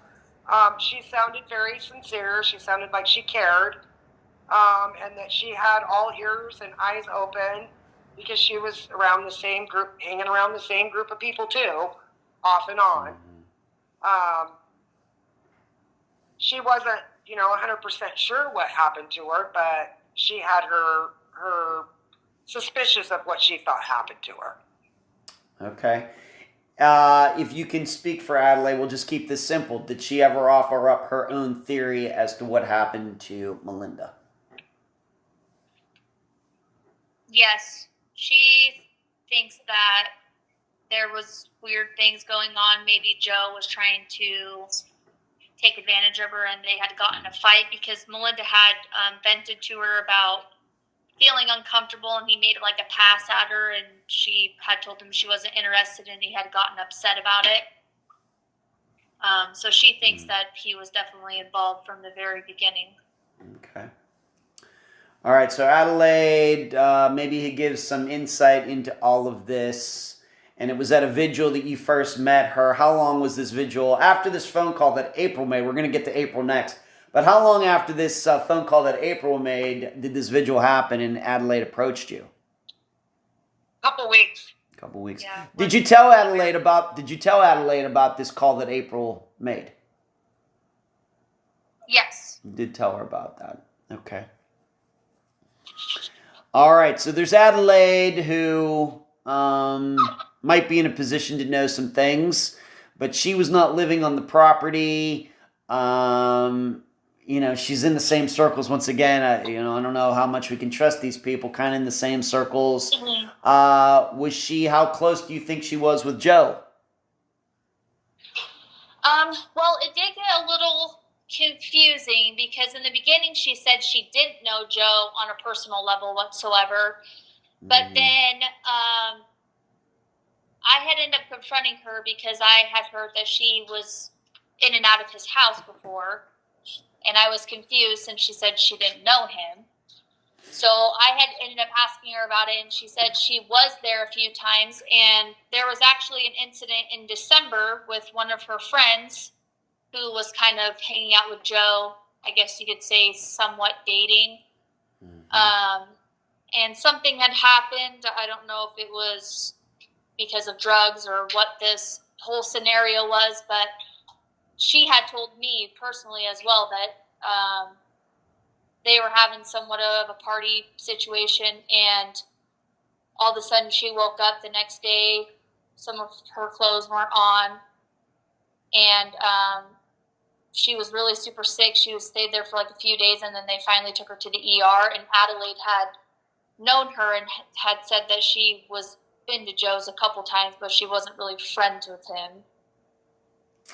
All right, so some mixed messages from Adelaide. Yeah. Confusing, not entirely consistent. Yes. Not necessarily maybe about her theory regarding what happened, but, was she close to Joe? Was she not close to Joe? How well did she really know him? Yes, correct. Okay. Because when she said she didn't know him, I take that as she'd never been to his house, she never spoke to him on the phone, she didn't have personal cell phone number or anything like that, but I think that was opposite of what the case was. Okay, very good. People can make other decisions on Adelaide, whether Adelaide can be trusted or not. But we'll now move up to April. And of course, we cannot forget, she is the one who made the call, started, thinking that, making allegations that Joe did this and eventually reached Jolene. We've already talked about that. Jolene, did April ever give you a reason that she waited a month? That she waited a month before calling you? She had told me on the phone that night that her father and my sister were very close years ago. Her dad was passed away, and that she could hear her dad telling her in her head that you need to do the right thing and get a hold of Yolanda and tell Yolanda what happened to her daughter, is what she told me. She said, my dad's telling me to do this. My dad from the grave is telling me to do this because he loved Yolanda. That's why I'm reaching out. I just have to ask, she needed her father to convince her to do that? Yeah. She couldn't figure this isn't obviously is not funny, but darkly humorous. She couldn't figure that out on her own? No. But I guess maybe she was thinking she wasn't going to say anything, and her dad was telling her in her head that she needed to come forward with what she knew, and that's what I thought when I first heard it. Okay, that's what she's story. That's the story she's telling. It seems a little outrageous. You'd think people would just, if a murder happened, you'd call somebody right away. That is not what April did. No, that is not what April did. Okay. And her story, once again, to go over what she, just the most important part, is she said that Joe did something to Melinda, correct? He did. Okay. And like we've already stated, maybe it does kind of go into that time frame that Lenny has set up, that around that November 17th, November 15th, November 17th kind of time frame, because then April called you in the middle of December. And that would kind of work out to be a month. Right. And then when Joe left, when the detectives asked Joe, when you met Lenny at the end of the driveway, when you got home, where was Melinda? Detective, she was not there. He did not see her. Right. We're gonna come back to that. And when we start, because we haven't talked about Joe specifically. He's just kind of tangentially to some of these other people like Lenny and Adelaide and now April. We're going to get into him specifically, but we also have to remember, here's a big problem. Before, going back to what Brittany said, from encountering Melinda at the grocery store Labor Day weekend, Brittany, did not Melinda tell you that it was April who stole Melinda's stuff? Yes. She said and that. When she lived here, she actually had a situation with April. They were not friends. Okay. April, and that she had her best interest at heart, but I don't believe that. Yeah, and in fact, it seems that Melinda was telling the truth, because who did end up with Melinda's stuff, Brittany? April. April ended up with it. Okay, so here she is, just to maybe tell everybody what's in my head. On one hand, she's calling saying, yep, I think Joe killed Melinda and everything. And she says, man, my father really convinced me that I needed to do that. But on the other hand, she didn't feel so bad as to give Melinda's stuff back. No, not at all. All right, this is why I brought it up. And this is something that people have to consider regarding all of this. So it seems on one hand, maybe she's finally doing the right thing, but she's not giving the stuff back either. Right. So there's a reason here. And in fact, being that I just have to bring this up, there is a story out there that's even on the Charley Project, very reputable missing persons site and database, in which a theory that is hovering out there is that actually Melinda was a woman actually caused her disappearance, and is that woman possibly April? Yes. So when anybody reads that and a name's not mentioned, actually this is something that has come out maybe about April. This is the woman we're talking about. Correct? Correct. All right. Once again, that's not me talking. That's not necessarily Brittany and Jolene talking, but it has been out there for a while that maybe a woman caused her disappearance, and the woman, although she is not mentioned in the stories, the person they mean is April. Once again, just something that is out there. We're not pointing fingers, but if you read that, this is where it comes from, especially since April is making these allegations and called Jolene, but on the other hand, she's keeping all Melinda's stuff. Let's move on to, now we're going to talk about Joe. We got a lot about to say about him. First of all, we'll start here. Brittany, to your knowledge, did Joe ever rebut anything that April claimed about him murdering Melinda? Do you know if he ever came out and said, you know what, I did not do that? What do you know, Brittany, about this? As far as I know, when he was confronted by the police, he was very short, and he said that the last time he seen Melinda, they had gotten into an argument, and he did want her to leave, but he was never mean to her or anything like that. To work, and then he went on some 3-day bender and apparently didn't come home for 3 days, which was the 3 days in between where she was last heard from. Okay. I guess what I'm asking is, April has this story that Joe killed Melinda. Did Joe ever, once again, to either of your knowledges, say, oh, I did not do that, April's crazy? You know, did he specifically say April doesn't know what she's talking about? He just said April was crazy. Okay. All right. But we need to be clear about this as best as you can tell, and I realize for kind of both of you, you'd never heard of Joe and April before this, I guess. How well did April and Joe know each other? Before all of it happened? Yeah. Before them, I'm not sure, but afterwards, we found it really weird that she called us to tell us Melinda had been killed, murdered. Mm-hmm. Joe had a hand in on it, but they were enemies, but also seen in the bars together. After this call. And we're like, someone accused me of murder. I wouldn't be in no bar with them. All right, so once again, just to set this up, April calls you, says Joe murdered Melinda roughly in the middle of December. But after this, April and Joe were actually seen together. Yes. They even wrote it on Facebook, like on their Facebook profiles, after she told us she was afraid of Joe and afraid for her life. Because she got called out with him and being at his house, she said she was doing us a favor by, being this. Couldn't stand him, but she was just trying to help. Okay. Wow, what a crowd. Okay, so once again, April calls Jolene, and then afterwards she's hanging out with a person that she just claimed was a murderer. What a crowd. Okay. I know you stated this maybe already, but I just want to ask you specifically, Jolene. Did Joe ever offer up his own theory as to what happened to Melinda? Ever. Never did that.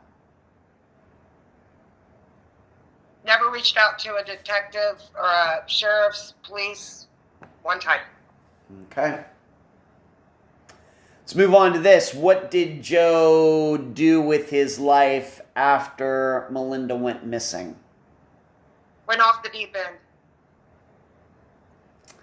More drugs. Okay. Was heading in the wrong direction because we did a lot of Facebook searching, like trying to see what April's up to, what Joe's up to, what TJ's up to. You could see where he was going down a worse path than he was already on. We'd all, maybe my sister Brittany, myself, got messages that he was shooting in a car with a woman with kids in a car. Mm-hmm. He was seen fighting with who was he fighting with, Brittany? He'd gotten in a fight, bar fights. Yeah, he had his one incident where he pulled a knife on somebody. And then that bar, actually, not too long after that, because he got 86 out of there and arrested, it actually caught on fire, and there was a lot of people who said that he started it. Joe started it. Yeah, because he got kicked out of the bar. Was upset. He had some domestic violence stuff with some girls he was hanging around with. Okay, so Joe, violent guy, maybe not before all this, but certainly things went on after. And in fact, he eventually, though, moved off that property, right? No, he stayed on that property until his passing. All right. He was just in. Okay, so let's just get to his passing. How did it come about that Joe is not with us anymore, Brittany? Actually, it was Adelaide who had gotten a hold of me and said that she believe that Joe was murdered and if I knew anything about it, or that he was shot. And I told her no, and then I ended up looking it up and found it on Spokane News had posted the incident. They didn't have names listed, but it sounded like the same thing, so I had ended up asking. And the next day it was posted that it was him. What were the circumstances? As best as you can tell. As far as I know, he had an altercation and was shot in the middle of Spokane. Not at a house, it was outside. And then later found out shot him was a friend of the girl that he beat up. And it sounded like it was a coordinated thing, premeditated. The guy knew he was going to be arrested for it, but told the girl Joe had to be stopped because people keep getting hurt. All right, so what we're saying is Joe was shot dead, and this stemmed from him beating up a woman. Correct? Hello, I didn't hear you if you said yes. Is that correct? Yeah, that's correct. That is correct. All right. So here he is, abusing a woman, and some woman or some guy tracked him down, shot him. Now that other guy, though, this wasn't considered to be self-defense. This guy went to jail. Correct. All right. And what year did this happen? What was it? 2022? I believe so. Yes. Okay, so Joe is not around anymore, so he can no longer be asked about Melinda's disappearance. What we would say, though, is that it is maybe more than a coincidence that what led to he got murdered, but what led to his murder seems to be him being violent against a woman, which we need to consider when we then go think about Melinda's disappearance. Now, regarding that property that Joe lived on, I guess, until his death, has it ever been searched after he died? Jolene, what do you know about that? No, not since he's been dead. I don't believe. We had 3 cadaver dog searches prior to his death. So why don't you talk a little bit about those then? What can you say there? I mean, did Joe just allow them onto the property, or how did that come about? They had warrants each time, and I believe out of the 3 times they had the cadaver dogs out there, Joe was there through one of them. And in fact, April was there with him. She had told me that her and Joe were there when they did one of the searches, and I asked her how Joe was while they were there. Was he nervous? Was he antsy? Was he like freaking out? Was he afraid they were going to find something? And she said no. Even the sheriff, Deputy Nutter, appeared to be nervous or anything when they were out there searching. But we have to remember, or not remember, I think this is the first time we're going to mention this, but it's a pretty big property. Did you tell me it's 300 acres? Pretty big property. Pretty big property. And when these searches were done, or not done, but when they were conducted, was anybody allowed to go inside the house? You mean Joe and April, or? Yes, right. If there was these searches conducted on the property before Joe was murdered, did anybody have a chance to go inside the house and look around? Yes, they did. They did. They went inside the house too. Yes. And Joe allowed that. Yes. It was a fight. Go ahead, say that. Please say that again, Brittany, please. I said it was a fight. In the beginning, he did not want them to enter the house. Okay. All right, but they did, and of course she's still missing, so there mustn't have been anything of any help leading anybody to believe what could have happened to her, I guess. The only thing the detective said is they did pick up blood spots in the house, but they just put it drug use. Right. Right, of course.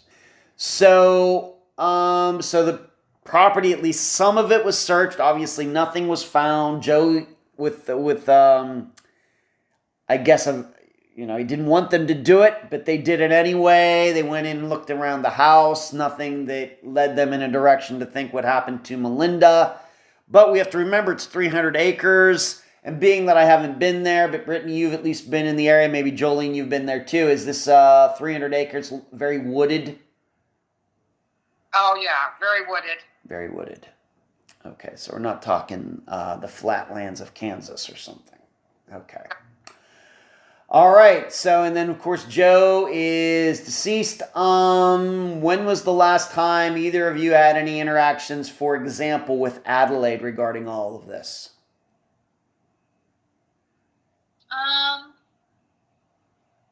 The last time I spoke to her was probably a year ago. It's been a while. I checked in here and then, just to see how she was doing or if she heard anything. Okay. And what about April? Do you keep tabs on her? What has she done with her life since 2020? Jolene, do you know? I believe she's still doing the same thing. And she'll go by, she'll have different Facebooks, like change her Facebook out where you can't even find her. Yeah. Like, what's my word? Like crazy names, like making up names. Yeah, like Dragon Queen, like stripper names. Just you can her. But I think she's done that even before all this. Okay. To your knowledge, since she called you in 2020 talking about how Joe murdered Melinda, do you know if does she continue to still tell that story to people here in 2024? Do you know? She was arrested last year, and they did go. Her story's still the same. She had wanted to talk to the deputy again. She wanted to talk to them again, and her story has stayed the same. All right. So she has a story, and she's sticking to it. Okay. Who owns the property now? Who lives on that property where Joe lived now? We're not sure. It got sold. It got sold. Okay. Okay, maybe somebody needs to look into getting friendly with the new owners and do some more searches out there. I mean, 300 acres. You bet we are. Yeah. Okay, very good. I'm glad that's on your mind. Spectacular. Let's move on to this for both of you. I'll start with Jolene. How hard has the last almost 4 years been regarding those? I'm sure neither of you could have guessed that you'd be so deep into a disappearance. But Jolene, how tough has this been? Well, you definitely think about it every day. If not every day, every other day. It's definitely on your mind. You can't. We dove so hard into it for years, and it consumed us. We breathed it. We did not picture us being 4 years into still looking for her. From a small community, it's not a very big community, and how you just fall off the face of the earth. I mean, how does this happen? We got to keep going. It's been challenging, very challenging, especially when you're dealing with people you don't know. You don't know anything about any of these people. There are other names involved in the April's brought up. And feeling like the community, not the community, but the sheriff's office is not doing their job right. So it's been very, very hard, very hard. We have to keep pushing forward, keep fighting, just keep on them, and keep doing our flyers and keep doing our news interviews and everything we can to find her. Giving up, we can't give up. We just might not have all the time to, work on it. Used to, but we're never going to stop till we find her. And for you, Brittany, same question. Last almost 4 years. What's this been like? I think we have all through range of emotions between grieving, definitely a lot of anger. A huge thing I notice is for how many people Melinda knew, it's pretty incredible to watch not a single person help or feel like they can step up and say anything. It was sad to see that, as these people knew her since she was a baby. So to witness that was really sad, and also, in my opinion, made me angry that people are more concerned with protecting themselves and other people, and the drug community is very different. It sure is. It sure is. Especially like we've talked about. April's calling Jolene about how Joe's a murderer, and then they're hanging out in a bar right after that. And just knowing a lot of going to people's houses. We've done things, probably not the safest, and just sometimes where you meet people and you just know that they're lying, and it's like, how could you do that? You've known this person since you guys were kids. You grew up with this person. You watched this little girl. How can you just sit here and lie to her family when you know something, but you don't want to be the one to say anything? Right. Right. Jolene, being that this is of course, she is your niece, and your sister is Melinda's mother. Can you speak for your sister? I guess her name is Yolanda. Can you speak for her regarding what she's been through the last almost 4 years?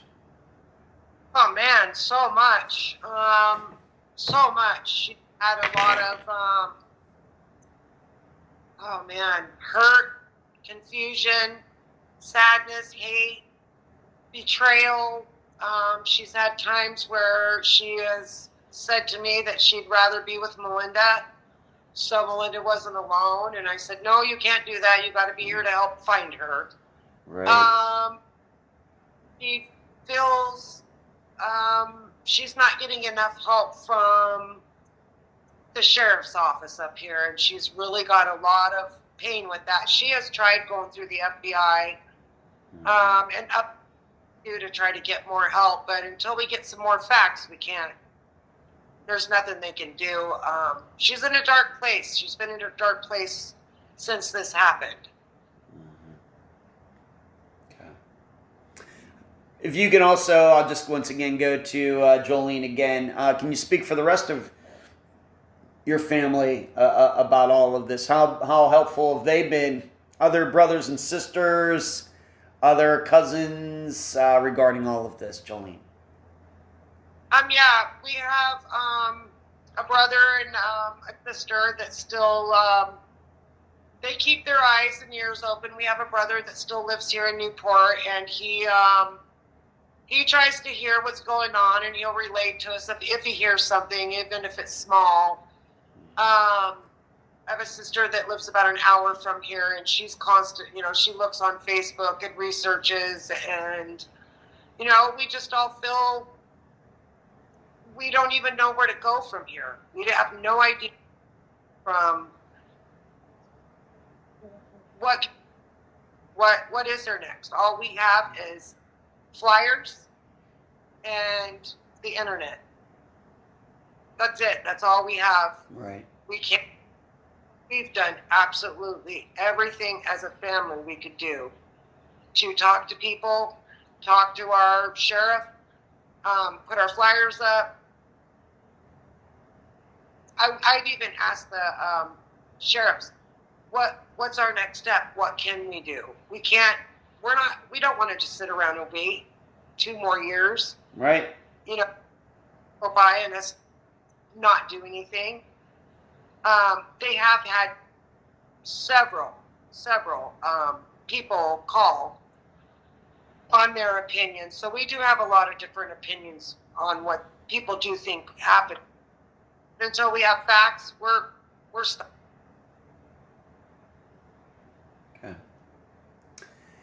Brittany, do you have a website, Facebook page, anything like that set up for Melinda's disappearance? If so, why don't you talk about it right now? We do. We have a group page that was more created for kind of more intimate things with people to speak freely, and then we also have a page that's open to the public that shares all of her missing information stuff. Okay. I know you have it's called Justice for Melinda is one of them, right? Yeah, just April. Yeah, there's Justice for Melinda, and it's the number 4. Yeah. And then the other one is Justice for Melinda. As well. Okay. And I will make sure that we link to those. Brittany, I'll let you go first. Any final words before we complete this interview?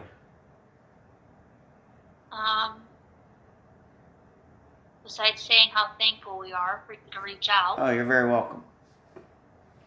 I hope it leads to something. I hope someone decides to finally step forward and realize it's been long enough and Melinda deserves to be put to rest and find peace. Okay. Even if we know what happened to her, at least if we could find her, that would help a lot. It's hard to grieve somebody if they're alive or they're dead. Right. We can't, do we, at this point, Edward, my sister says to me, do we have a funeral for her without a body? What do we do? What's the date that we say that she died? I can't even, I tell my sister, I know how I feel about how all this hurts. I can't imagine how you feel not being able to have, there's no funeral, there's no memorial, there's nothing, She asked me, funeral and, without a body. And I'm like, no, we're just going to wait a little bit longer. We can plant trees, we can plant flowers, make a pretty bench for her, but we will have her funeral when we can find her. Right. Yeah, here's my impression. It's a very fine line that you have to walk, because you have to remember the police, any law enforcement agency, my impression, and I've covered disappearances just about in all 50 states now, they're all looking to close these disappearances. They're looking for any reason to take them off the books. And so it's a fine line. On one hand, you have to... You probably think that she is deceased, and I always leave out hope. Of course, keep hope that of course all these missing people that we feature on Unfound are still alive. But you never want to give them the impression that don't declare her deceased and get you never want her mother or anybody else who could do that to do that, because that's a good way the police. Oh, you think she's dead? Okay. Then I guess that's out of our hands. Now, on the other hand, the only way the police are going to continue to take an interest if they think a crime has been committed, in which meaning Melinda is deceased. It's a very fine line to walk. All right, so on one hand, you have to convince them that she is deceased, but on the other hand, you have to make sure they realize that a crime was committed, because if they think that she died just because she walked off into the woods and died from exposure, they're gonna just make this all go away. Uh-huh. All right. Yeah. And you don't want it. And I realize some people have had a family member declared deceased, but that's usually for the reason that that missing person is a parent and they own stuff, and that stuff's kind of all in limbo. And the stuff needs to get disseminated to their heirs or something, and then that's why that happens. But you should know, very, very, very few people of the missing people that we feature on this podcast have been declared deceased. So don't do that. Or don't ever do that. Don't ever have you can certainly have a vigil for her, but don't do anything that would be classified as some sort of burial, even, of course, it's just symbolic. Don't ever do anything like that, because that'll just give the police the reason. Say, oh, I guess we don't have to look into this anymore. I told her we don't do any of that till we find her. That's right. We don't close that book till we have her. Right. But make a garden, do your flowers, but we can't do that till we have her. Yeah. Jolene and Brittany, I appreciate you being on this episode of Unfound. Oh, we appreciate you so much. We are clear on the opposite side of the state. That's right. We are. That's right. We are. We're just so happy that you reached out to us, and we're glad to sit here and have this talk with you. And I can't wait to listen to more of your stuff. We both have been listening. Thank you. And really educational, and we are sharing it. And we're going to share this story everywhere when it comes weekend, and we're going to let. Oh, I appreciate that. Thank you for taking in some of the other episodes. There are like 400 some episodes, so if you're gonna try to listen to all of them, you might be there a while. But if you, I appreciate 1, 10, 5, whatever. I appreciate you taking an interest outside of course, doing this interview today. So I really appreciate it. Yeah, and we want to learn. We want to, listening to your stuff helps us learn, and might give us some insight somewhere. Yeah, Hopefully we're really great. Hopefully it does. We certainly are all about the education here. That we just are not informative, letting people know about disappearances, but really trying to teach people, the audience out there, how to look at them, how to analyze them, and understand them. And I think that's will make more of them get solved. I think. Yes. I think. Yes, absolutely. You're welcome. Well, you're welcome, and thank you for appearing. Thank you. Thank you so much. Bless you for that so much. You're very welcome. And that was my August 13th, 2024 interview with Melinda's aunt, Jolene, and Jolene's daughter, Brittany. I thank them both for joining me and all of you on this episode. While the interview was going on, Brittany sent me a piece of information that may help us narrow down the time frame of Melinda's disappearance. Brittany went back and checked Melinda's Facebook page for 2020. Brittany found that Melinda changed her profile picture on her birthday of October 6th. This is the last entry or change to her profile that was ever done. Remember, though, in the interview, Jolene and Brittany made clear that nobody heard from Melinda on that birthday, which was the opposite of how Melinda usually acted on all her other birthdays. This change of Melinda's profile picture is noteworthy because it came just 3 days before the Jason Fox vigil, in which it is possible that Melinda's voice is heard on the recording that Brittany and Jolene mentioned. So there could be evidence that Melinda was still around in mid-October 2020. Furthermore, if we are to believe Lenny's timeline, he says he saw Melinda on FaceTime in mid-November. The issue in these situations, especially if Lenny had the problems Melinda did, people get dates wrong, at least by days, if not weeks and months. However, as Jolene said, she has the texts between Lenny and Melinda, and they were from mid-November. The problem, there's no proof Melinda was using her own phone. Overall, for Melinda's disappearance, this is why I've kind of got on this thing over the last couple of months about common sense not being helpful. April calling to tattle on Joe for being a murderer, then hanging out with him seemingly until Joe was murdered himself, is not something that ever can be rationally explained. Our common sense says that would never happen, but it did. Why doesn't common sense work? Because we are usually dealing with people who are not like us. We take our lives seriously. Yes, we joke around and try to be as relaxed as possible. And even though we all make bad choices, it's because we are human, not because we are necessarily immoral. Whereas when you're dealing with the Joes and Aprils and TJs of the world, there are no guardrails for their behaviors, even if they had nothing to do with Melinda's disappearance. They think they're poker players. They really do think life is a game.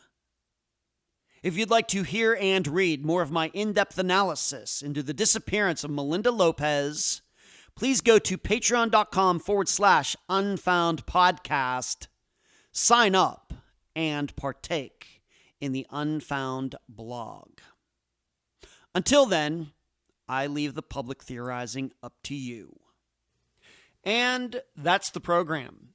Right now, while you are in your podcast platform, Spotify, YouTube, iTunes, wherever, give Unfound a 5-star review, a thumbs up, whatever that platform allows. I thank you for listening. I'm Ed Densel, and you've just finished this episode of Unfound.